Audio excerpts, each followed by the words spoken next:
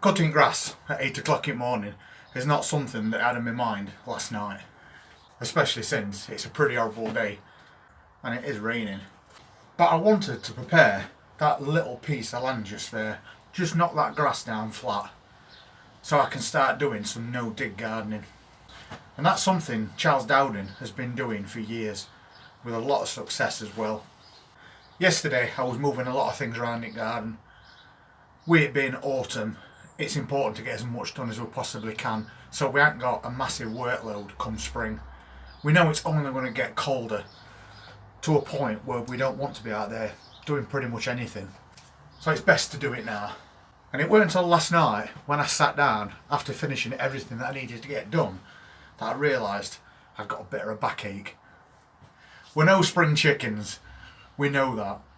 And anything that we can do that helps take that workload off us is definitely worth considering. So I got to thinking about the Charles Dowding no-dig method. And for people at my age and above, that's going to be massively beneficial. He's been doing this for years and it's always worked. And just because it's no dig doesn't mean you can't successfully grow things like parsnips and carrots. He's already proved that he can do that. And potatoes as well. It all depends on how you set that up in the first place. So the first part of setting up that no-dig garden is for me to select an area at garden that I've never ever grown anything in, which is this one just outside greenhouse, although it was getting a little bit overrun with grass. And that's why I'm out here at 8 o'clock in the morning in rain cutting that area of grass just to knock it flat, because that's the first part of no-dig gardening. So I cut that grass down, and because it's wet it's all clogging together, the mower's not picking it up, and what bit has been picked up will get put back down on top, because grass cuttings break down and release a lot of nitrogen into your soil, which is beneficial to your plants. So that's one part of what we can do, plus obviously flattening off that area in preparation for beds going on there. And then we can use things like straw and leaves as a mulch as well. And it is autumn, so we're not going to be short of those. And the best time to start a no-dig garden is autumn, because everything's growing so much slower and you've got plenty of time between now and spring to make sure everything's been prepared properly. So that's what my new plan is for this week. We're going to set up a few beds and we're just going to put them on top of that grass. And at some point I'll be adding cardboard to that as well, because cardboard is going to suppress any weeds coming through, and also it'll break down over time and be added back into that soil. And I'll add 2 or 3 layers of cardboard before we get compost and put that on top of that cardboard. And then we've created his first no-dig garden. So we've got a couple of projects for next year already. We've got his container garden that we always do, and his greenhouse growing. Then we've got his hoop tunnels for things that don't need to be kept quite so warm. And now we're going to do some no-dig gardening, because at my age I don't want to be digging every single year. And also, by not digging, you're not disturbing that soil, and that's beneficial to it. And also, when you dig anywhere, that increases the chance of weeds growing. And at the same time that the weeds are growing, the soil needs time to recover because you've disturbed it. So we're not doing that. We're just doing what we do every year when it gets to this point and there's not lots to do. We think and new plans ready for 2024. So I'm probably going to set up around 3 raised beds on that area, and then we'll fill those up with compost. We'll sow seeds and we'll get some plants growing, and that'll be set up pretty quickly with a minimum amount of work needed. So I've just cut that grass, so now I need to position some raised beds. So we've got 3 raised beds there that I made.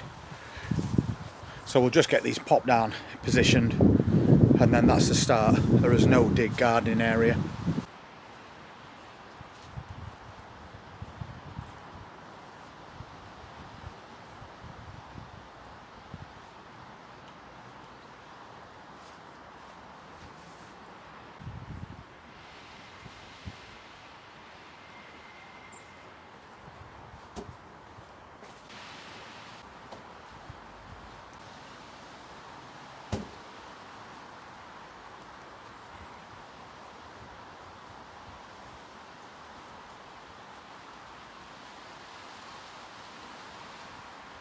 Well, that's going to be the start of what we're doing, but we're also going to need to lay some cardboard as well to suppress those weeds. I'll probably cut a little bit more at garden first, and we'll chuck more mulch on top as well. Then we'll lay that cardboard, we'll add more mulch, and then we can just leave it until next spring when we'll be adding fresh compost. And we've already got these compost bins on go as well. They've been going all year long, and we keep chucking bits of cardboard in as well as grass cuttings and garden waste. So hopefully that's going to make us enough compost to virtually fill those raised beds next year. So it's not going to cost us much money either, which is even better. So once I've got these beds set up exactly where I want them, we're going to start putting cardboard down. And we're going to put it so it overlaps the edges. That's going to stop grass creeping in at the same time. So something like this, I'll lift that, I'll put that underneath, and then it's going to hold that cardboard down, and we've got a bit of an edge at the same time. Doesn't matter if you overlap it either, that's better. Ideally we want 2 or 3 layers of this cardboard before we add any compost to it.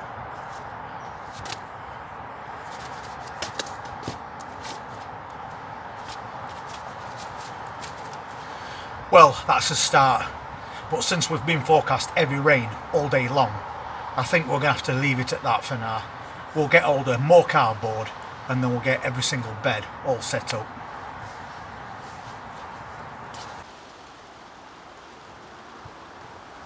So even on a very miserable autumn day, we can still find things to get excited about. New plans for 2024. 3 no-dig raised beds. And we're all going to reach a point where we don't know if we can do another year's gardening because we all get old. But if we adapt the Charles Dowding no-dig way of growing, that's going to take a massive % of that workload off you and allow you to carry on growing yourselves fresh, homegrown veg all year. So through autumn and winter, we'll carry on prepping those beds. We'll get them all filled with a few layers of cardboard. We'll get some compost put on top of that, and we'll also create some more oot tunnels so we can cover those up and protect them not only from things like butterflies but also from cats. So we'll get all that done between now and next spring, and then we'll decide what we want to grow in it. And I think we're definitely going to be trying carrots since it's no dig and we've only got a short space of growing, but it's been proved over years that you can do that. So what started off as a negative last night with a little bit of a backache has now turned into a massive positive for New Year, because we can now grow as much as we normally do, but with half the work. If you're interested in seeing how these beds turn out as we go through autumn and winter and into early spring 2024, please hit that subscribe button, press that notifications bell, and I'll see you next time. Take care.